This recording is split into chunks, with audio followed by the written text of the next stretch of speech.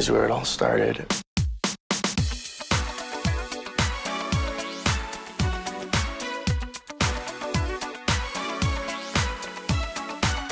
All right, Miss Lorraine, I feel so lucky right now. We are inside the wardrobe room for this movie. You are the costume designer. I am. What goes into picking out the outfits that we're going to see in this sequel? There's an awful lot of research. Because there is a movie that came before us, number one, we must keep the integrity of the character in place, but we also have to keep the current fashions in mind. How did you know about this? In my ways.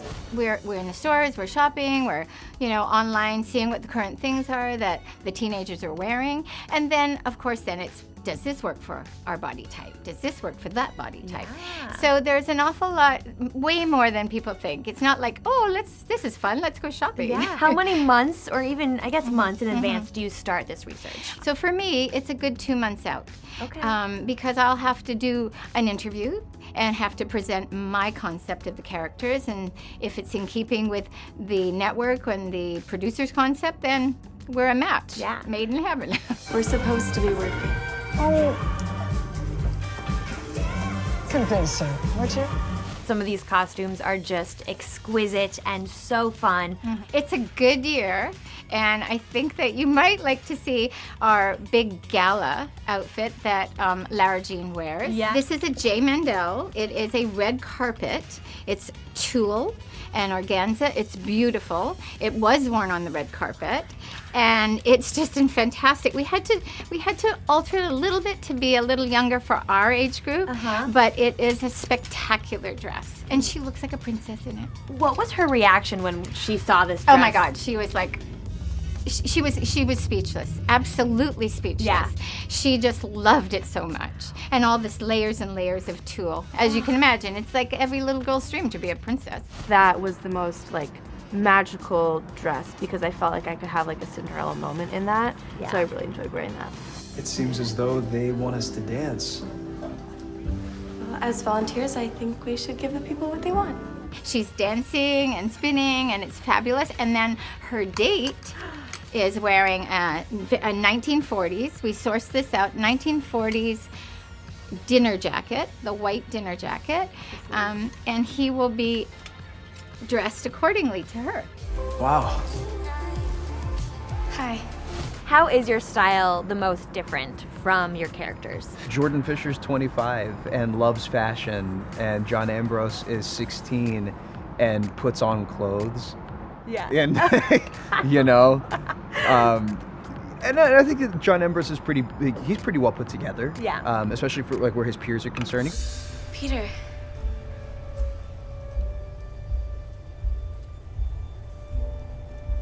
You said you didn't like driving in the snow, right? And Peter comes in at the end Not nearly as to take her snazzy. home. It would be impossible for Peter Quincy to not be dreamy. Speaking of Peter slash Noah, he became such a heartthrob in this first movie. What kind of pressure do you feel to keep him dressed looking like that in this movie? We do, but I mean, we've given him sweaters, which makes it even more approachable, his character. He's cozy, everybody wants to touch, I'm sure they do anyway, because he's such a charmer. He's a very nice young man, really nice, which helps a lot too, and but we've kept him in things that are form-fitting. Yeah. To, again, a little more appealing than, he's the love interest. So like Lara Jean, like John Ambrose, they stand out. They must stand out as the love interests in the film. Do they have say in what they're wearing, or will they work with you a little bit? Oh yeah, of course. I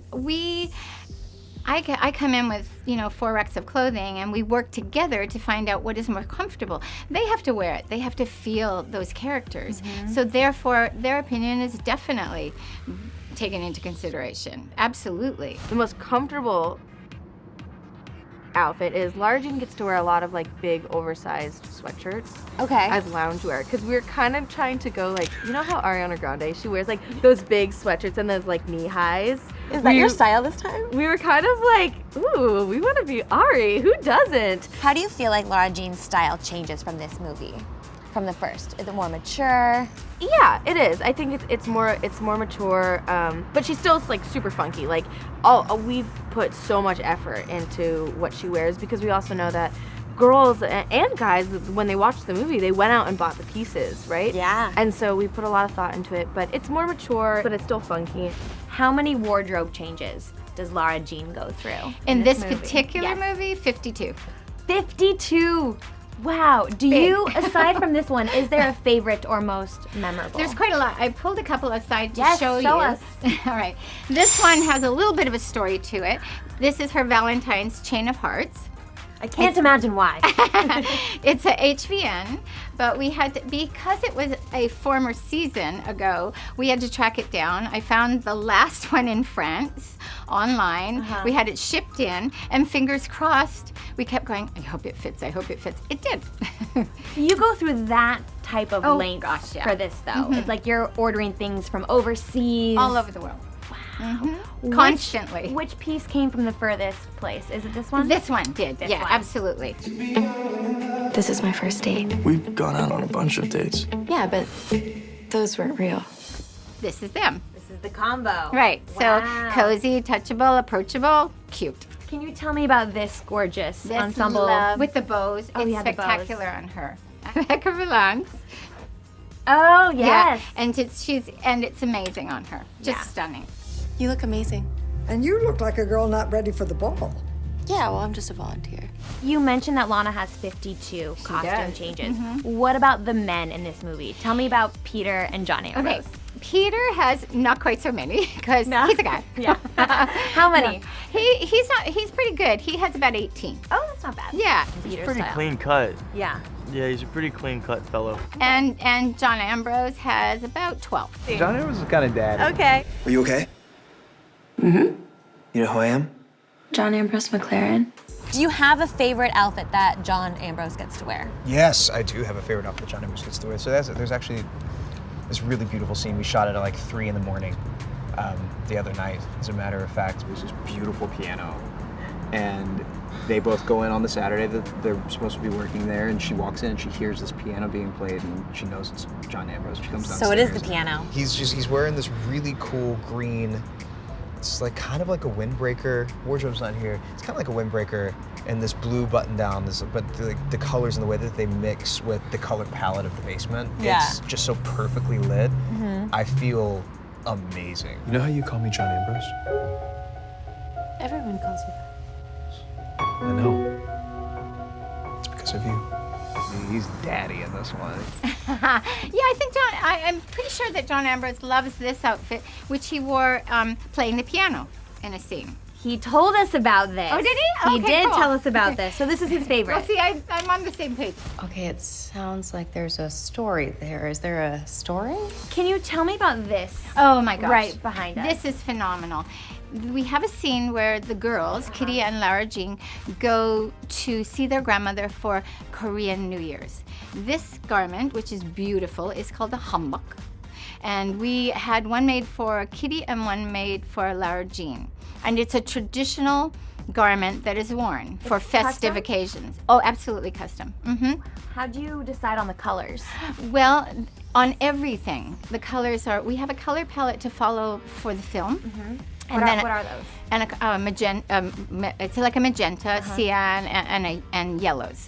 So those colors are something that we must overall. It's the overall picture, and then each individual character, as you see, Lara Jean, she has a lot of pinks, and cyans, and a lot of those colors are in her closet. So the other characters will have slightly different color palettes, Peter's in navy blues and, things like that. But this was also something that was made in Los Angeles. So our DP director went down with Jenny Han to one of the places that creates these garments. And they chose the fabric, and I was on FaceTime going, no, not that one, this one. Stop. Were you really? Yeah, that's the way we were doing it. Because I know about colors and color palettes and fabric and how it will react on camera, because it's a very big thing with When you're dealing with things like this jacquard, it might bloom on camera. So we have to be very careful with our fabrics, and all our whites, as you will see in this truck of 53 feet, you'll see that they're all teched down to a kind of what looks like a dirty white, which we call camera white. Okay. And then it will look bright white on camera. You noticed. Well, he's got a good eye. It's silly. Does anyone try to steal anything from this room? We keep very close tabs on everything. Do you really? Absolutely. How do you manage? Like, what's your system? Well, after every scene, we have tags. These are our tags, and they have the list of the costume on every tag. So when we collect them at night, we go through and make sure every piece is there. So, and we keep, in this truck is very safe. We have security and our Teamsters who guard everything with their lives. Really? So no one gets to keep anything? Nope. Not unless it's given to them by the producers or Netflix happens to want to. But because this is one of 3 books, everything must be kept in our vaults and closets because it may be used on future. I promise I am not going to break your heart. I promise not to break your heart.